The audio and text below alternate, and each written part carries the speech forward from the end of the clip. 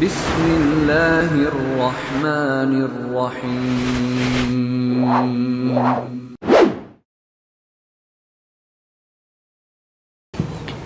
Assalamualaikum warahmatullahi wabarakatuh.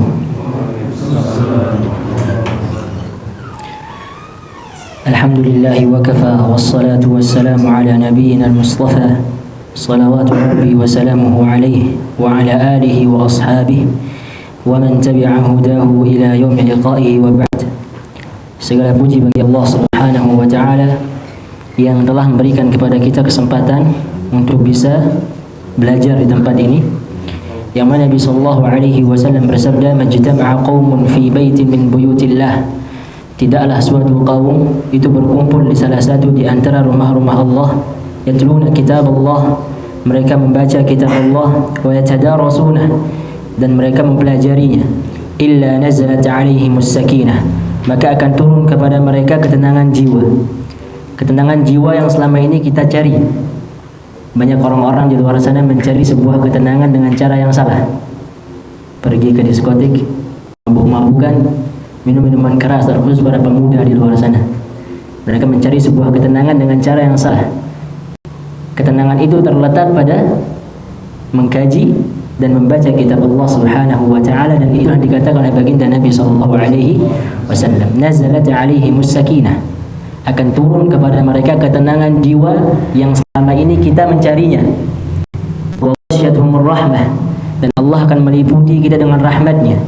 Wa haffathumul malaikah, dan para malaikat pun akan menaungi kita. Wa dzakarahumullahu fi man 'indah, dan Allah pun akan menyebut-nyebut nama kita di kalangan makhluk yang berada di sisinya. Kalau kita perhatikan hadis ini, ya ikhwati hadir rahmati Allah Subhanahu wa ta'ala, satu dua amalan yang kita kerjakan, Allah beri balasan lebih dari itu. Dari sini kita mengetahui maha baiknya Allah Subhanahu wa ta'ala kepada kita. Dan inilah keutamaan umat baginda Nabi sallallahu alaihi wasallam. Umur yang pendek tapi diberikan amalan yang luar biasa. Satu dua amalan yang dikerjakan, pahala dilipat gandakan oleh Allah Subhanahu wa ta'ala. Kalau kita bandingkan umur umat baginda Nabi sallallahu alaihi wasallam dengan umur-umur umat terdahulu, itu sangat berbeda jauh. Dalam surah Al-Ankabut, Allah Subhanahu wa ta'ala berfirman mengabadikan tentang perjalanan Nabi Nuh dalam berdakwah. Walaqad arsalna Nuhan ila qaumih falabitha fihim alfa sanatin illa 50 'ama. Di Nabi Nuh itu waktu berdakwah dia dengan kaumnya selama 950 tahun lamanya. Itu waktu dakwahnya, bukan umur Nabi Nuh. Tapi umur Nabi sallallahu alaihi wasallam, Nabi katakan, a'maru ummati baina 60 wa 70 wa aqall man yajuzu dzalik.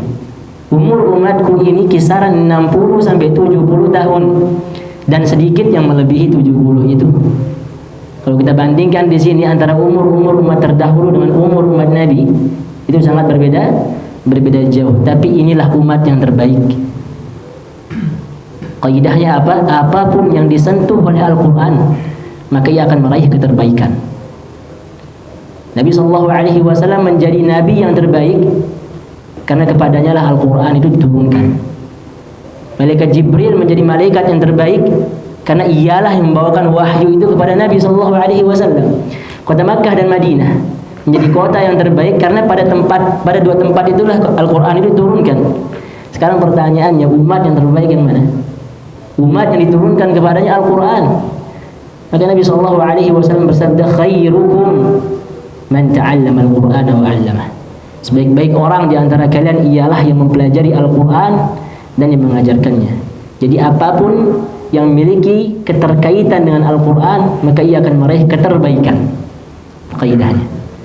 Nah, kalau kita kembali tadi kepada keutamaan yang diberikan oleh Allah Subhanahu wa ta'ala kepada umat Nabi ini sangatlah luar biasa. Umur kita singkat, tapi pahala kita bisa berlipat-lipat. Berbeda dengan umat-umat terdahulu. Umat terdahulu mereka tobat bunuh diri.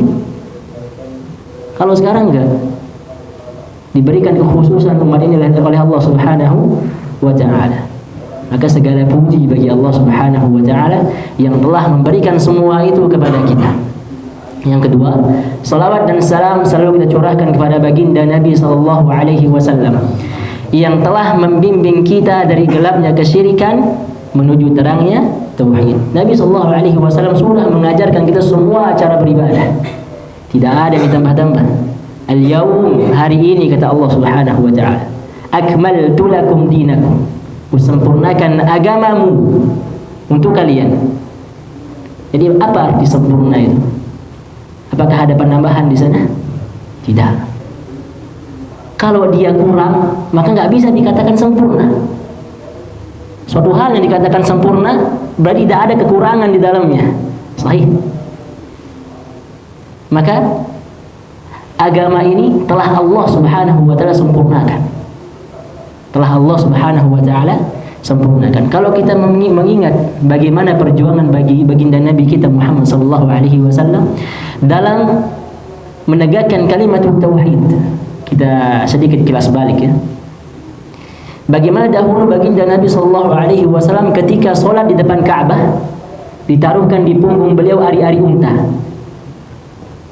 Anak beliau menyingkirkan ari-ari tersebut sambil menangis. Itu yang pertama. Yang kedua, ketika beliau pergi ke Taif, kampung halaman ibunya, beliau berharap siapa tahu penduduk Taif tersebut menerima beliau. Tapi apa yang dilakukan penduduk Taif kepada Nabi sallallahu alaihi wasallam?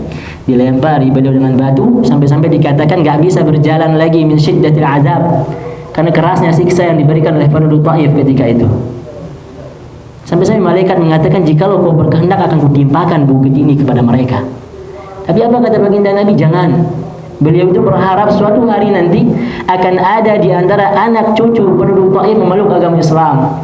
Mungkin sudah umroh tahu Taif seperti apa sekarang. Bahkan di Taif sekarang terdapat sebuah universitas, Jami'atul Taif namanya, mengajarkan kepada masyarakat akan agama Islam. Itu buah dari kesabaran baginda Nabi SAW dalam berdakwah. Dan secara tidak langsung Nabi SAW di kisah itu mengajarkan kepada kita bagaimana cara berdakwah, yaitu dengan bersabar. Hidayah bukan kita yang memberi. Kita ingin memberi hidayah kepada keluarga kita, wallahi tidak bisa. Kita hanya sebagai wasilah hidayah itu datang. Makanya Allah mengatakan innallaha yahdi man yasha. Allah lah yang memberikan hidayah kepada siapa yang kehendaki. Kita bukanlah pemberi hidayah. Kita adalah seorang hamba yang menjadi wasilah hidayah itu datang kepada karib kerabat kita, teman-teman kita, dan yang lainnya. Nah, itulah sedikit kilas balik bagaimana perjuangan Nabi sallallahu alaihi wasallam dalam menegakkan kalimat tauhid. Satu lagi, ketika beliau berperang, masuk baju perang beliau ke dalam pipinya dan patah gigi geraham beliau. Gigi geraham itu gigi yang paling kuat, sahih. Tapi gigi itu patah untuk memperjuangkan kalimat tauhid. Untuk memperjuangkan kalimat tauhid. Yang detik ini kita merasakannya, indahnya kalimat tauhid itu. Tapi di balik apa yang kita rasakan sekarang ini ada perjuangan yang sangat luar biasa dari baginda Nabi kita Muhammad sallallahu alaihi wasallam. Maka sangat sombong kita kalau nama beliau alaihi salatu wasallam disebut dan kita tidak bersalawat kepadanya. Allah dan para malaikat pun bersalawat kepada baginda Nabi sallallahu alaihi wasallam. Kita siapa? Innallaha wa malaikatahu yusalluna 'alan nabi. Allah dan para malaikatnya bersalawat kepada Nabi sallallahu alaihi wasallam. Makanya Allah merintahkan kepada kita, ya ayyuhalladzina amanu, wahai kalian orang-orang yang beriman, sallu alaihi, bersalawatlah kalian kepada Nabi, wa sallimu taslima. Maka Nabi sallallahu alaihi wasallam bersabda, man shalla alayya salatan wahidah sallallahu alaihi biha 10. Siapapun yang bersalawat kepadaku satu kali, maka Allah akan bersalawat kepada 10 kali. Perhatikan lagi di sini. Satu salawat dibalas 10 kali lipat. Baiknya Allah Subhanahu wa taala kepada umat baginda Nabi sallallahu alaihi wasallam. Maka salawat dan salam selalu kita haturkan kepada junjungan alam, baginda besar kita Muhammad sallallahu alaihi wasallam yang telah membimbing kita dari gelapnya kesyirikan menuju terangnya tauhid. Nah, jemaah dirahmati Allah Subhanahu wa taala, tidak ada satu orang pun yang menginjakan kaki di muka bumi ini melainkan ia akan pulang ke kampung halamannya. Ana dan antum semua suatu hari nanti pasti kita akan mendapatkan giliran untuk berpamitan dengan dunia ini. Sejauh apapun kita ingin berlari dari yang namanya kematian itu, wallahi tidak bisa. Ya Allah Subhanahu wa taala mengatakan, "Aina ma takunu dimanapun kalian berada, yudrikumul maut, pasti kematian akan menjumpai. Walau kuntum fi burujin musyayyadah, walaupun kalian berada di benteng-benteng yang sangatlah kokoh, bersembunyi dari yang namanya kematian, yudrikumul maut, pasti kematian itu akan menghampiri kita. Maka Allah Subhanahu wa taala berfirman, kullu nafsin dha'iqatul maut. Tidak asing lagi ayat ini di telinga kita. Tiap-tiap yang berjiwa, tiap-tiap yang bernyawa pasti akan merasakan yang namanya kematian. Entah kita akan mati di tempat ini, di tempat yang dekat, atau tempat yang jauh. Dan kematian tidak mengenal umur, mau tua, mau kecil. Banyak kejadian anak kecil baru lahir mati. Banyak kejadian orang tua sampai umurnya 100 belum mati. Sahih. Kematian tidak mengenal usia. Kematian tidak mengenal gender, jenis kelamin, enggak. Laki-laki dan wanita mati. Maka ada sebuah bait syair mengatakan, "Lau kanatid dunya tadumu li ahliha." Andai saja dunia ini menjadikan penghuninya itu kekal abadi, lakana Rasulullah sallallahu alaihi wasallam hayyan wa baqiya. Maka sungguh Nabi sallallahu alaihi wasallam pun akan kekal. Walakinnaha tafna wa yafna na'imuha. Akan tapi dunia ini akan sirna dan kenikmatannya pun juga akan sirna. Wa tabqa al-ma'asi wadh-dhunubu kama hiya. Dan yang tersisa hanyalah kemaksiatan dan dosa-dosa saja. Maknanya apa? Yang kita bawa ke kampung halaman tersebut bukan rumah yang megah, bukan harta yang banyak, bukan mobil yang bagus. Lah, harta yang banyak kalau kita menggunakannya hanya untuk dunia saja, maka itu semua akan sia-sia.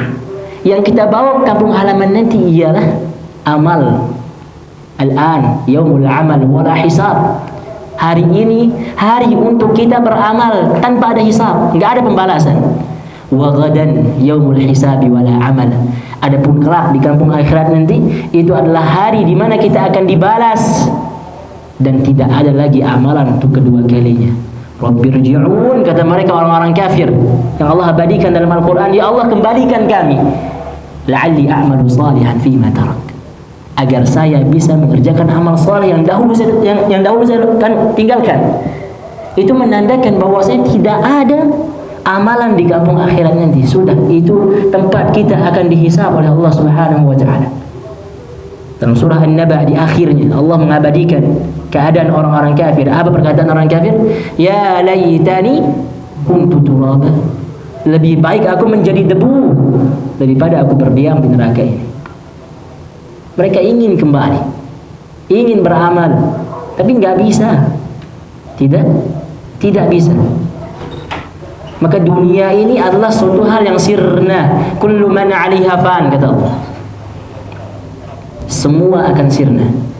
Wa yabqa wajhu rabbika dzul jalali wal ikram. Yang tersisa hanyalah wajah Allah Subhanahu wa taala. Maknanya hanyalah Allah yang abadi. Tidak ada di antara kita yang abadi. Kalau emang keabadian itu boleh kita sedekahkan, boleh diberikan, maka yang paling berhak abadi ialah baginda Nabi SAW. Tapi makhluk yang paling disayang Allah pun meninggal, apalagi kita. Maka pertanyaannya, apa yang sudah kita persiapkan untuk menjemput yang namanya kematian, tamu yang agung itu?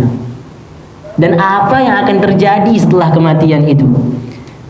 Banyak orang-orang di luar sana meyakini setelah meninggal tidak ada yang terjadi, tidak ada kehidupan kedua kali, kehidupan hanya sekali. Ini akidah yang sesat, akidah yang batilah, tidak benar.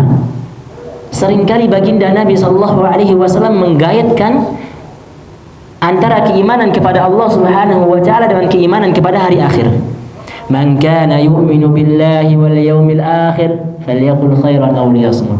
Man kana yu'minu billahi wal yawmil akhir falyukrim dhaifah. Dan masih banyak hadis-hadis yang lain yang mana Nabi SAW menggandengkan keimanan kepada Allah dan hari akhir. Menandakan apa? Akan nyatanya hari akhir itu. La yantiqu 'anil hawa in huwa illa wahyu yuha. Apa yang Nabi SAW katakan itu bukan sekedar hawa nafsu beliau saja, tidak, tapi itu wahyu dari Allah Subhanahu wa taala. Ketika Nabi mengatakan adanya hari akhir, wallahi hari akhir itu akan ada. Dan hari itu sangatlah panjang. Jauh perbedaan antara kehidupan di dunia dengan akhirat nanti, sangat jauh. Tidak ada bandingan dunia dengan akhirat, tidak ada. Maka jangan pernah menjual akhirat kita hanya dengan dunia. Satu hari di alam itu ka'alfi sanatin mimma ta'udun, kata Nabi, kata Allah Subhanahu wa taala. Seperti 1000 tahun hitungan kita di dunia, satu hari di akhirat. Maka jangan pernah berharap untuk disiksa di neraka walaupun sehari. Seharinya 1000 tahun. Ka'alfi sana, na'am 1000 tahun. Dicelup angkat di neraka 1000 tahun. Kita belum hidup 1000 tahun di sini. Ana 22. Dan begitu lamanya. Tidak ada yang sampai umur 100 di sini. Dan itu sangat lama kita rasakan. Sekarang bagaimana kalau kita berada di keadaan 1000 tahun tersebut, berada dalam keadaan siksa. Terus celup angkat sama malaikat di dalamnya. Nabi Sallallahu Alaihi Wasallam pernah mengabarkan kepada kita akan azab yang paling ringan. Azab yang paling ringan yang akan dirasakan oleh penghuni neraka ialah man lahu na'lan wa syirakan minan nar. Seorang yang menggunakan 2 sandal yang mana talinya terbuat dari api. Apa dampaknya? Yaghli minhuma dimaguhu, mendidih kepalanya. Kama yaghlil mirjal, sebagaimana mendidihnya air di kuah. Pernah kita lihat air didih kalau kita buat mie kan, atau buat kopi. Begitulah. Bayangkan sandal itu pakaian terbawah. Coba kita tadabbur sedikit. Sandal pakaian terbawah yang kita gunakan, tapi kepala kita mendidih. Pertanyaan sekarang, bagaimana keadaan kaki kita yang langsung nempel dengan sandal itu? Bagaimana keadaan jari jemarinya, mata kakinya yang paling jauh pun mendidih? Bagaimana dengan yang paling dekat? Itu azab yang paling ringan. Sampai-sampai penghuni neraka itu akan diberikan makan dengan buah yang namanya buah zakum. Nabi Sallallahu Alaihi Wasallam pernah mengabarkan kepada kita akan kengerian buah itu. Lau anna qitratan minaz zakum, andai saja satu tetes dari buah itu, yaitu buah zakum, qatarat fi darid dunya, menetes di kehidupan dunia ini, la afsadat ala ahli dunya ma'aishahum, maka akan rusaklah semua kehidupan dunia ini hanya karena satu tetes dari buah zakum. Oke, fahal, dan bagaimana keadaan perut-perut penghuni neraka yang memakan utuh buah itu? Satu tetes saja membuat dunia ini rusak. Kalau kita dibandingkan dengan besarnya dunia ini, gak ada apa-apanya. Tapi dunia yang sebesar ini rusak dikarenakan satu tetes dari buah zakum. Pertanyaannya, apakah satu buah yang akan dimakan oleh penghuni neraka, sedangkan mereka berada di dalamnya selamanya? Apakah 2 buah doang? 3 buah doang? Bagaimana kalau terus menerus setiap hari dia dikasih makan 1000 buah, 10.000 buah? Satu tetesnya sudah membuat dunia ini rusak. Maka bagaimana keadaan tenggorokan kita, mulut kita, perut kita yang makan buah itu? Subhanallah. Maka jamaah dirahmati Allah Subhanahu wa taala, inilah bukti bahwasanya kehidupan setelah kehidupan ini nyata. Dan itu adalah akidah yang benar. Kita meyakini bahwasanya akan adanya kehidupan setelah kehidupan ini. Ketika baginda Nabi Sallallahu Alaihi Wasallam duduk dengan baginda Umar radhiyallahu taala anhu dan para sahabat yang lain, datang kepada mereka seseorang syadidu bayadis thiyab, yang bajunya masih putih bersih, syadidu sawadi sya'r, dan rambutnya masih hitam rapi, la yura alaihi atharus safar, enggak ada terlihat sedikit pun pada orang itu bekas safar. Jadi orang yang datang kepada Nabi ini Jibril alaihi salam. Jibril datang kepada baginda Nabi sallallahu alaihi wasallam dan duduk di dekat kaki Nabi sallallahu alaihi wasallam sambil bertanya, "Akhbirni 'anil iman." Kabarkan kepada aku apa itu iman. Maka Nabi mengatakan, "Antu'mina billah," engkau beriman kepada Allah, wa malaikatih, beriman kepada para malaikatnya, wa kutubihi, mengimani kitab-kitab yang Allah turunkan kepada para rasulnya, wa rusulihi, dan mengimani rasul-rasulnya, wal yaumil akhir, dan mengimani akan adanya kehidupan setelah kehidupan ini, mengimani akan adanya alam barzakh, mengimani akan adanya padang mahsyar, mengimani akan adanya surga dan neraka dan yang lainnya, mengimani akan hari akhir. wa bil qadri khairihi wa syarrihi, dan mengimani akan takdir baik dan takdir buruk. Dan wallahi kita tidak tahu apa yang akan terjadi setelah kematian nanti. Itu pertanyaannya sekarang. Apa yang akan terjadi setelah kematian itu? Apakah kita akan berada di atas kenikmatan, atau apakah kita akan berada di atas kesengsaraan? Tidak ada satu orang pun yang mengetahui ilmu ghaib. Innallaha ya'lamu ghaibas samawati wal ard. Hanyalah Allah yang mengetahui akan hal-hal ghaib. Dan keadaan di akhirat nanti kita tidak tahu. Karena itu alam yang berbeda. Sama hal dahulu ketika kita berada di alam rahim, kita nggak tahu apa yang terjadi di alam dunia. Ketika kita keluar dari rahim menuju dunia, kita pun tahu, oh dunia kayak gini. Begitu juga nanti ketika kita berpindah alam menuju alam barzakh, kita pun tahu apa yang akan terjadi dalam kubur itu. Maka jamaah dirahmati Allah Subhanahu wa taala, mari sedikit kita bahas apa sih yang dimaksud dengan keimanan terhadap hari akhir. Keimanan terhadap hari akhir ialah huwa at-tasdiqu bi kulli ma jaa fil Qur'an wa akhbara bihi an-nabiy sallallahu alaihi wasallam mimma yaqa'u ba'da al-maut min fitnatil qabri wa 'adzabihi wa na'imihi wa ahwalil qiyamatil kubra min al-ba'ts wal hisabi wal mizan wal jannati wan nar. Jadi mengimani akan hari akhir itu adalah kita membenarkan, meyakini akan apa-apa yang telah datang di Al-Qur'an dan di sunnah Nabi sallallahu alaihi wasallam, di hadis, tentang apa? Mimma yaqa'u ba'dal maut, tentang apa-apa yang akan terjadi setelah kematian. Nah, jadi setelah kita meninggal, masuklah kita ke alam akhirat. Dan kita harus mengimani akan apa-apa yang terjadi setelah kematian itu. Itu yang dimaksud dengan hari akhir. Contohnya apa? Kita mengimani fitnah kubur, adanya fitnah kubur. Apa fitnah kubur? Nanti kita bahas. Kita mengimani akan nikmat dan azab kubur. Apa itu? Nanti kita bahas. Kita mengimani akan keadaan kiamat nanti. Kita mengimani akan ba'ats, hari kebangkitan. Kita mengimani akan yaumul hisab, hari di mana kita akan dihisab. Mengimani akan adanya mizan, tempat ditimbang amalan hamba. Dan mengimani akan adanya jannah dan nar, surga dan neraka. Jadi kejadian yang pertama yang akan kita rasakan setelah kematian nanti ialah berpindahnya kita menuju alam barzakh.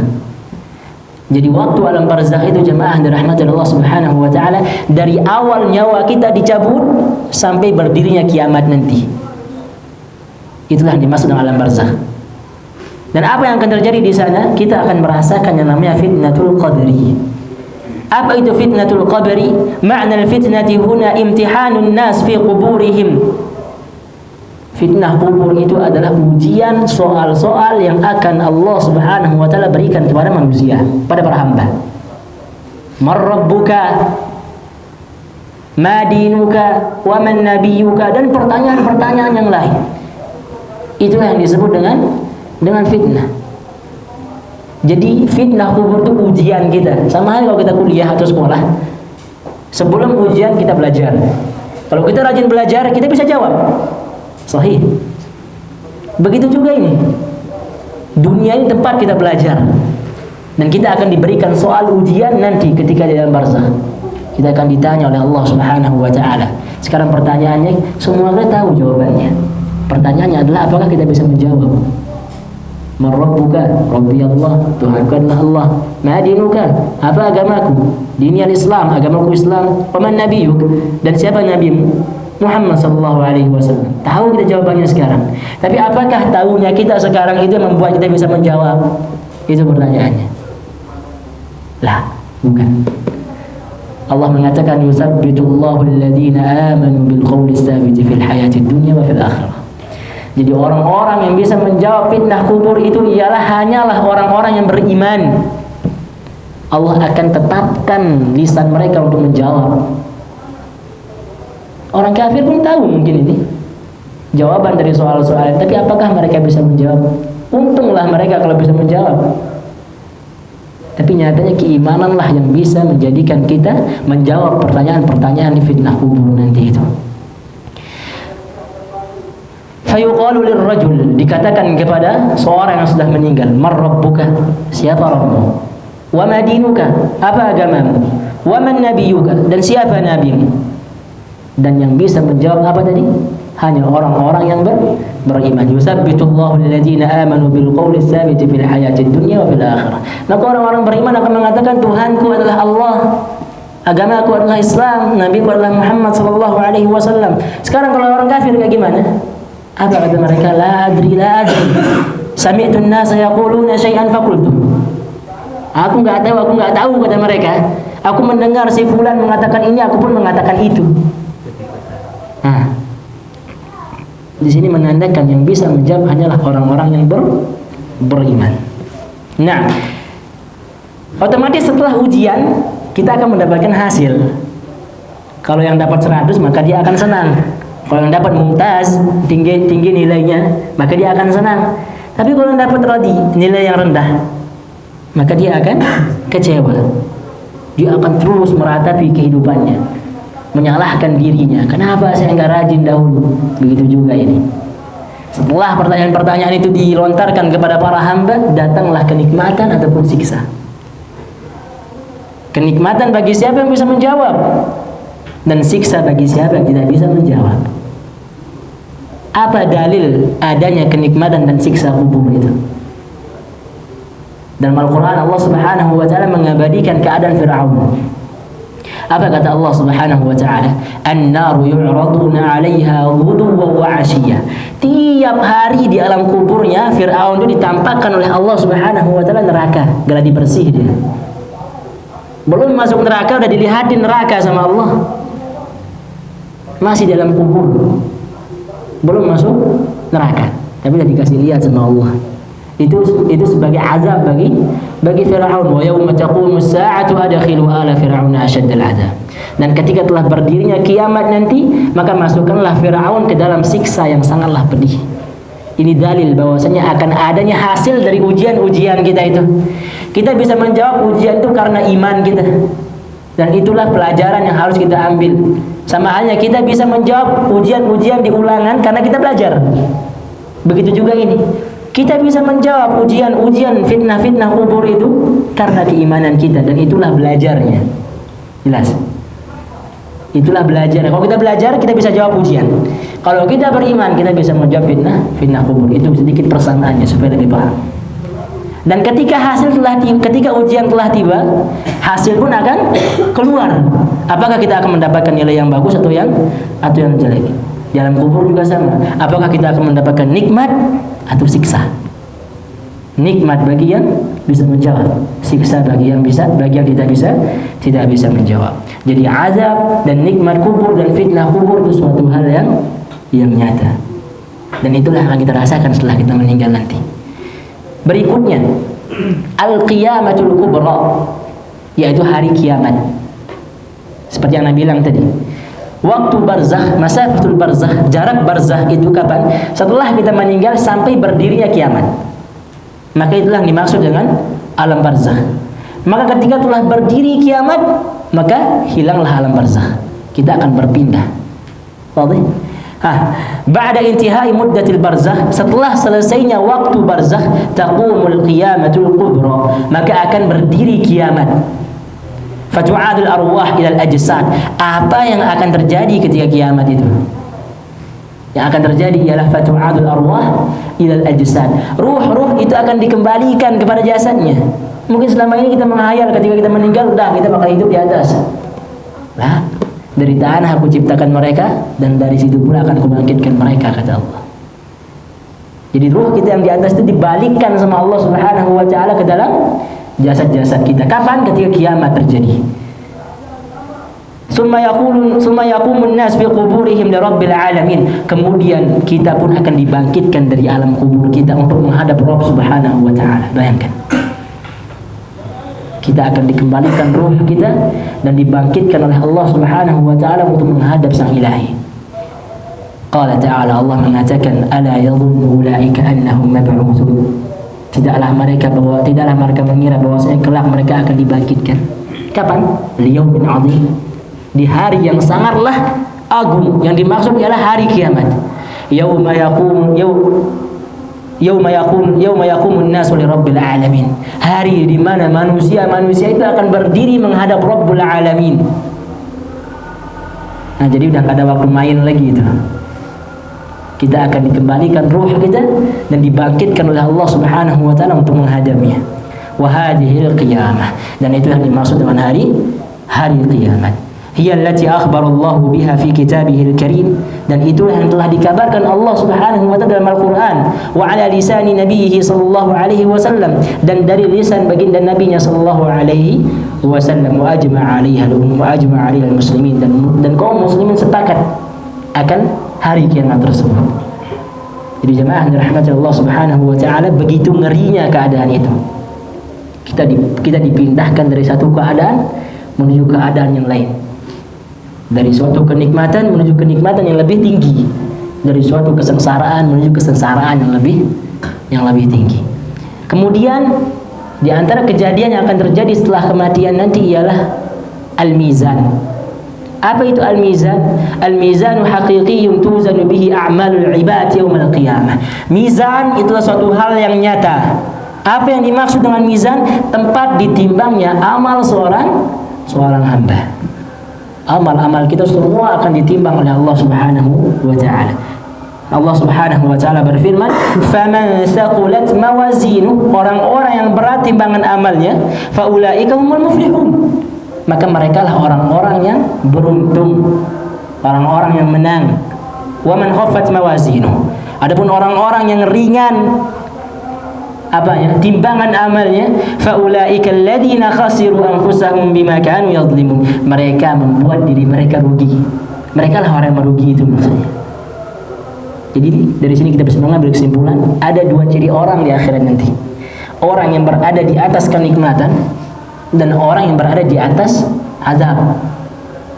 Orang yang berat timbangannya, dia mendapatkan kenikmatan.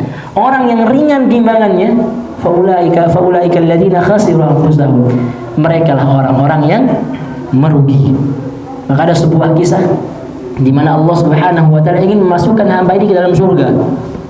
Dikarenakan rahmat dari Allah Subhanahu wa taala. Apa kata hamba ini? Masukkan aku surga dengan amal-amalku yang telah dahulu aku kerjakan di dunia, yang telah aku kerjakan dahulu di dunia. Maka Allah Subhanahu wa taala memerintahkan malaikatnya untuk menimbang salah satu nikmat yang Allah berikan kepadanya. Mata yang ditimbang dengan amal-amal kebaikannya. Satu mata saja. Maka semua amal kebaikan yang dahulu pernah dia perbuat itu lebih ringan dibandingkan mata satu yang Allah berikan itu. La tuhsuha, maka kata Allah dalam Al-Quran itu, kalau kita ingin menghitung-hitung nikmat Allah, kita tidak akan bisa menghitungnya. Hanya karena satu mata saja, semua amal soleh yang dahulu pernah diperbuat oleh hamba ini tidak ada apa-apanya. Ditimbang dia sama Allah Subhanahu wa taala. Dari situ kita mengetahui kita masuk surga karena rahmat Allah Subhanahu wa taala. Dan yang mengundang rahmat Allah itulah amal-amal soleh kita. Gak bisa kita menjadikan itu alasan, ya saya akan masuk surga dengan rahmat Allah walaupun saya berdosa di sini, walaupun saya terus menggunakan berbuat maksiat. Lah, rahmat Allah itu kita tarik, kita undang dengan amal-amal soleh kita, bukan dengan kemaksiatan.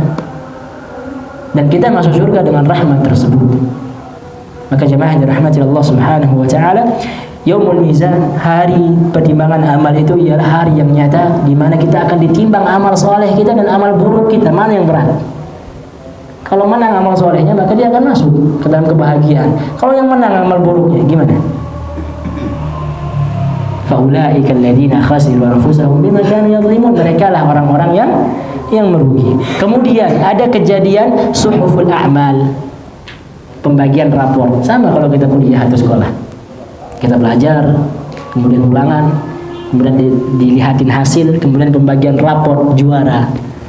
Begitu juga ini, kita belajar di dunia, mengumpulkan keimanan kita, kemudian kita akan diuji di alam kubur, kemudian kita akan melihat apakah kenikmatan yang akan kita dapatkan atau kesengsaraan. Kemudian setelah itu rapor kita akan dikasih oleh Allah Subhanahu wa taala.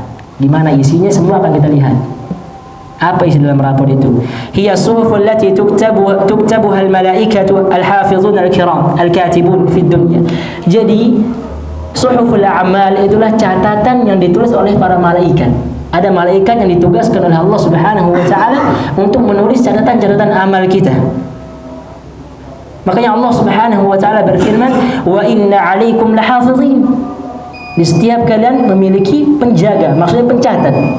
kiraman katibin, malaikatnya kiraman katibin, dialah yang mencatat amal-amal kita, baik dan buruknya, kecil dan besarnya.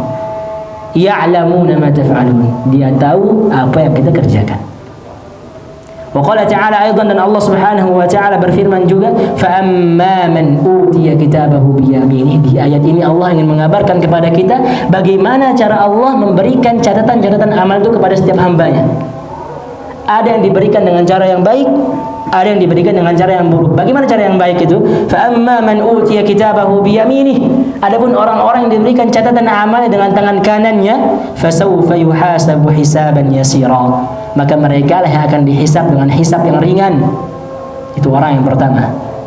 Kemudian yang kedua, wa amma man utiya kitabahu wara'a dhahrihi. Adapun orang-orang yang diberikan catatan amalnya dari belakangnya. Dalam tafsir dikatakan gullat yaduhul yusra. Tangan kirinya dibawa ke belakang.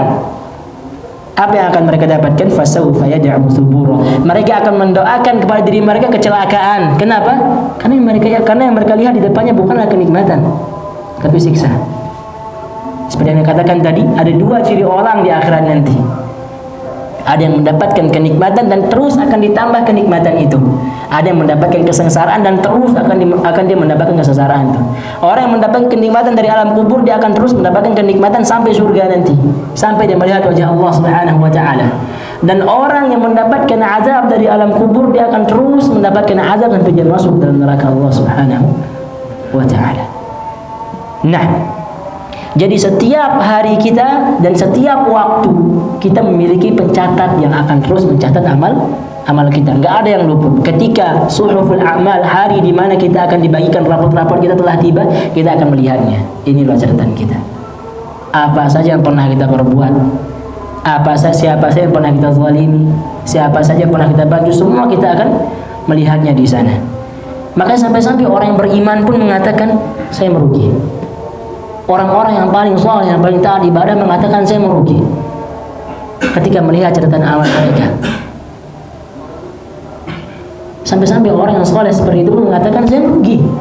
Lantas bagaimana hal dengan orang-orang yang hobi maksiat?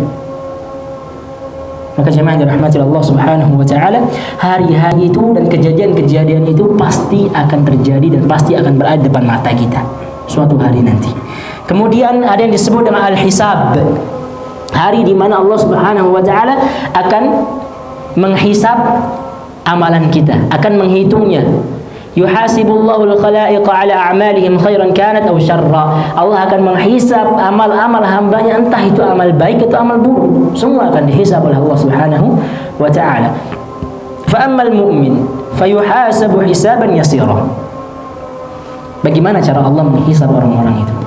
Bagaimana cara Allah menghisab orang-orang yang beriman? Bagaimana cara Allah menghisab orang-orang yang kafir? Fa'ammal mu'min, adapun orang-orang yang beriman, fayuhasabu hisaban yasira. Mereka akan dihisab dengan hisab yang ringan. Bahkan dikatakan dia akan dihisab dengan empat mata oleh Allah Subhanahu wa ta'ala, antara dia dan Allah Subhanahu wa ta'ala. Allah mengatakan kamu pernah melakukan dosa ini, kamu pernah melakukan dosa itu. Semua dibuka oleh Allah Subhanahu wa ta'ala kepada orang yang beriman ini. Sampai-sampai orang beriman ini mengira bahwasanya dirinya akan merugi. Tidak ada kenikmatan yang akan dirasakan setelah itu. Tapi apa kata Allah Subhanahu wa ta'ala? Aku menutupi dosa-dosamu, kemaksiatan-kemaksiatanmu, aib-aibmu, dan detik ini aku menghapusnya. Dan itulah sesuai dengan sabda Nabi SAW, kullu ummati mu'afan. Setiap umatku akan diampuni oleh Allah Subhanahu wa ta'ala, kecuali orang-orang yang terang-terangan dalam melakukan dosa. Illa al-mujahir, kecuali orang-orang yang terang-terangan dalam melakukan dosa. Karena di akhirat nanti, ketika dosa kita, aib kita telah ditutup oleh Allah Subhanahu wa ta'ala, kita pun menghadap Allah di yaumul hisab itu, Allah akan mengampuni dosa-dosa kita di sana. Dahulu aku menutupnya dan sekarang aku mengampuninya untuk kalian. Dan begitulah cara dihisabnya orang-orang yang beriman. Tidak ada yang tahu apa yang telah dia perbuat. Hanya dia dan Allah yang tahu privat.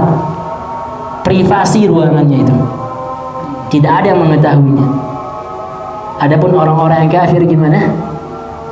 Allah akan sebut dosa mereka di kalangan makhluk yang pertama hidup sampai yang terakhir. Si fulan pernah melakukan dosa ini, si fulan pernah begini, si fulan pernah begitu. Di mana kita muka kita? Semua akan mengetahui kejelekan yang pernah kita perbuat. Begitulah cara Allah menghisab orang-orang yang ngebangkang, menghisab orang-orang yang kafir. Beda dengan orang-orang yang beriman. Cara Allah mempergauli orang-orang yang beriman dan orang-orang kafir itu berbeda. Makanya Anda bilang tadi ada dua ciri orang di akhirat nanti, yang beruntung dan yang merugi. Maka jemaah dirahmati Allah Subhanahu wa taala, Allah Subhanahu wa taala berfirman, "Yauma yanzurul mar'u ma qaddamat yadah," dalam surah An-Naba tadi. Di akhirat nanti mereka akan melihat apa yang telah mereka perbuat di depan mata mereka. Wa yaqulul kafiru ya laitani kuntu turaba. Dan orang-orang kafir mengatakan, lebih baik aku menjadi debu daripada aku berdiam di tempat ini. Yaumul hisab adalah hari yang pasti akan kita rasakan dan pasti akan terjadi. Maka setelah itu kita pun akan berpindah ke al-haud was-sirat. Al-haud telaga Nabi sallallahu alaihi wasallam dan sirat, yaitu jembatan yang sangatlah tipis. Sampai-sampai Nabi mengatakan tentang haud itu, "Ana antadhirukum fil haud." Aku menunggu kalian di telagaku. Dan sampai-sampai dia disebut dalam sebuah riwayat, gelas-gelas yang berada di haud, di telaga Nabi sallallahu alaihi wasallam itu sebanyak bintang yang berada di langit. Tidak terhingga. Dan Nabilah yang akan menuangkan kepada para umatnya. Dan di sanalah pelaku-pelaku bid'ah disingkirkan oleh malaikat. Ketika Nabi mengatakan ummati, ummati, ummati, sebagian dihalang oleh malaikat. Kenapa wahai malaikat? Kenapa kau menghalang umatku? Kamu nggak tahu apa yang telah mereka perbuat setelah sepeninggalmu. Ini menandakan bahwasanya Nabi nggak tahu apa yang kita perbuat. Tidak ada yang tahu, Allah yang mengetahui. Nabi hanya bisa hadir dalam mimpi kita saja. Dan itu kalau benar ciri-cirinya. Tapi kalau sampai hadir depan mata kita lah, nggak bisa. Maka Nabi ketika itu ditegur oleh para malaikat, ini bukan, ente nggak tahu apa yang terjadi setelah sepeninggalmu, apa yang mereka perbuat setelah sepeninggalmu. Yang dimaksud ialah mereka berbuat suatu hal yang di luar ajaran Islam, di luar ajaran yang telah diajarkan baginda Nabi Sallallahu Alaihi Wasallam. Maka mereka pun dihalang untuk meminum dari telaga Nabi Sallallahu Alaihi Wasallam, yang mana dikatakan satu teguknya saja tidak akan haus selamanya. Hanya satu teguk dari telaga tersebut kita minum dari air itu, kita tidak akan haus. Karena air itu mengalir dari surga. Air telaga Nabi Sallallahu Alaihi Wasallam itu mengalir dari surga. Satu kali teguk kita tidak akan haus. Dan ketika itu kita berada di padang mahsyar yang mana keadaan sangatlah panas. Ada orang yang tenggelam sampai mata kakinya, ada yang sampai lututnya, ada yang tenggelam semua badannya dikarenakan keringatnya. Saking panasnya. Kita minta syafaat ke Nabi ini nggak bisa, minta syafaat ke Nabi itu nggak bisa, sampailah kita kepada baginda Nabi Sallallahu Alaihi Wasallam memberikan kita syafaat. Allahumma shalli wa sallim wa barik alaihi. Dan ketika kita meminum dari telaga Nabi Sallallahu Alaihi Wasallam satu tegukan saja, haus kita yang di padang mahsyar itu hilang seketika. Apa itu haud? Huwa haudun Nabi Sallallahu Alaihi Wasallam. Dia adalah haud yang dimaksud. Ketika haud disebut, haud yang dimaksud ialah telaganya Nabi Sallallahu Alaihi Wasallam. Taridu alaihi al-ummatul islamiyah yawmal qiyamah wa tashrabu min. Nah, seperti yang Nabi bilang tadi, umat Islam itu akan meminum dari telaga tersebut. Ma'uhu ashaddu bayadan minal laban. Ini ciri-cirinya. Air telaga tersebut lebih putih dibanding susu. Wa ahalla minal asal, lebih manis dibanding madu. Aniyatuhu adadu nujumis sama, gelas-gelasnya sebanyak bintang yang berada di langit. Tuluhu syahrun wa arduhu syahr, panjangnya satu bulan perjalanan dan lebarnya 1 bulan perjalanan. Man syariba minhu syarbatan, siapa saja yang meminum satu kali minuman saja, satu kali tegukan saja, la yadhma'u ba'daha abada, mereka tidak akan pernah haus lagi selamanya, hanya karena satu kali tegukan saja dari telaga tersebut. Itu ciri-ciri telaga baginda Nabi Sallallahu Alaihi Wasallam. Kemudian as-sirat, jembatan. Apa yang dimaksud dengan sirat? Huwal jisrul mansub ala dhahri jahannam bainal jannah wan nar. Dia adalah sebuah jembatan yang berada di atas neraka jahanam. Dan sirat ini adalah penghubung antara neraka dan surga. Jadi semua kita pasti akan melewati jahanam itu, jemaah. Pasti akan melewati jahanam. Yamurrun nasu alaihi ala qadri a'malihim. Manusia, para hamba itu akan melewati sirat tersebut sesuai dengan amal mereka. Faminhum man yamurru kalamhil basar. Ada di antara mereka yang jalan enggak dilihat oleh mata, tiba-tiba dah nyampe. Wa minhum man yamurru kal baraq. Wa minhum man yamurru kal rih. Wa minhum man yamurru kal farasil jawad. Ini adalah ciri-ciri orang-orang ketika melewati sirat tersebut. Ada yang lewat enggak dilihat mata, tiba-tiba nyampe dia di ujungnya. Ada yang lewat secepat angin. Ada yang lewat secepat kuda, bahkan ada yang merangkak. Dan jembatan tersebut sangat tipis. Di sampingnya ada kail-kail, pancing kayak pancing itu. Terus, kalau kita pelan udah kena, kita jatuh ke jahanam. Itu salah. Wa minhum man ya'du 'adwan wa minhum man yamshi mashyan wa minhum man yazhafu zahfan wa minhum man yakhtafu wa yulqa fi jahannam. Jadi orang-orang yang lambat ini mereka lah yang akan jatuh ke jahanam tersebut. Jadi semua kita ini yang hadir di tempat ini dan orang-orang di luar sana itu pasti akan melewati sirat. Dan di bawahnya jahannam. Fa idza 'abara an-nasu as-sirata al-mansuba waqafu 'ala qantaratin bainal jannati wan nar. Dan ketika para hamba itu berhasil melewati sirat, mereka pun akan menunggu di sebuah tempat yang disebut dengan Al-Qantarah. Tempat itu tempat kita menunggu sebelum kita masuk surga. Nah, jadi kita akan berada di Qantarah, baru kita akan masuk ke dalam surga.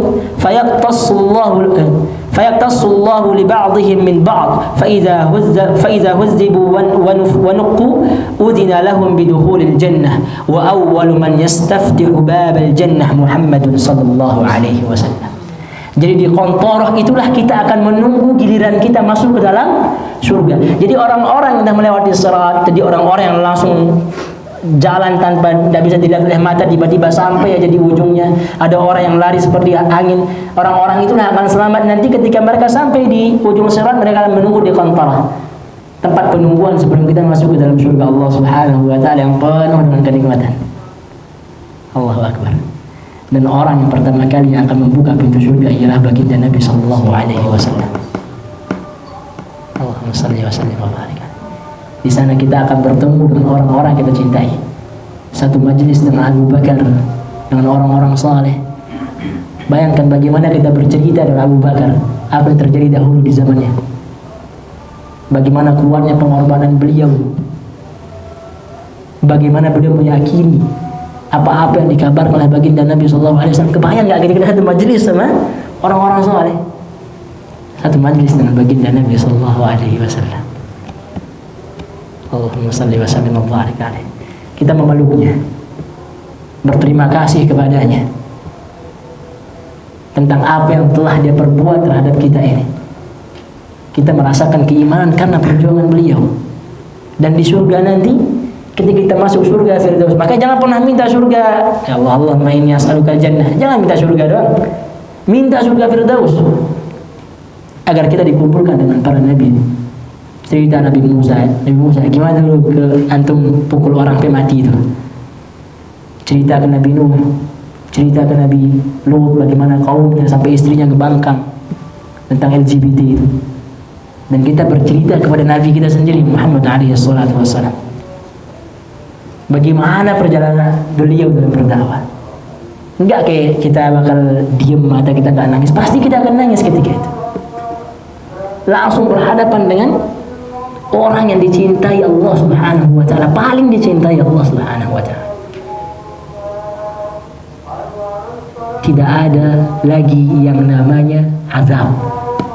Dan kenikmatan yang paling tinggi yang akan dirasakan oleh penghuni surga ialah melihat wajah Allah Subhanahu wa taala. Dan kita melihat wajah Allah Subhanahu wa taala tidak ada rebutan, enggak ada. Kalau ada bulan purnama, kalau kita lihat bulan, berdesak-desakan enggak?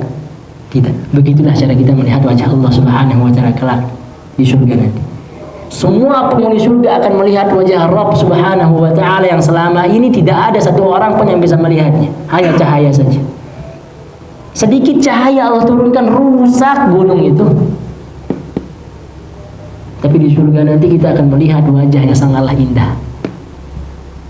Itulah kenikmatan surga yang paling tinggi. Seakan-akan kita lupa ketika kita melihat wajah Allah, kita lupa akan semua kenikmatan yang pernah kita rasakan di surga itu. Kita lupa akan bidadari-bidadarinya. Semuanya kita lupakan. Semua menoleh ke atas melihat wajah Allah Subhanahu wa taala. Maka orang kafir pun pasti mau masuk surga ini. Tapi keinginan bertolak belakang dengan sebuah kenyataan. Kita hanya berkeinginan saja untuk masuk surga, tapi kenyataannya kita kafir kepada Allah Subhanahu wa taala. Bagaimana kita masuk surga? Yang ada kita akan masuk ke neraka. Makanya keinginan bertolak belakang dengan sebuah kenyataan. Hanya berkeinginan orang kafir kalau ditanya sekarang, jadi mau masuk surga? Jawaban mereka pasti mau. Karena lihat bagaimana kenikmatan yang ada di dalamnya. Itu buah-buah itu dia turun sendiri, tinggal petik. Dan setiap penghuni surga akan diberikan satu kemah yang seluas mata memandang. Luasnya seluas mata memandang, panjangnya seluas mata memandang, lebarnya seluas mata memandang. Dan di setiap sudutnya ada bidadarinya. Setiap sudut tenda itu ada bidadari akan menemani kita. Kita surga sebuah tempat yang mengalir di bawahnya sungai-sungai. Tajri min tahtiha al-anhar. Mengalir di bawahnya sungai-sungai. Bagaimana sebuah tempat di bawahnya mengalir sungai-sungai? Makanya Nabi SAW mengatakan la ainun ra'at wala udhun sami'at wala khatara ala qalbi bashar. Enggak bisa dilihat mata, enggak bisa didengar telinga, enggak bisa dibayangkan. Seindah apapun pemandangan yang kita lihat di dunia ini, surga, wallahi surga lebih indah dibanding itu. Seindah apapun cerita orang tentang sebuah tempat, surga lebih indah dibanding itu. Dan seindah apapun hayalan yang pernah kita hayalkan, surga lebih indah dibanding itu. Maka siapa yang gak mau surga ini? Semua orang pasti menginginkan surga, tapi kenyataan bertolak belakang dengan keinginan bertolak belakang dengan sebuah kenyataan.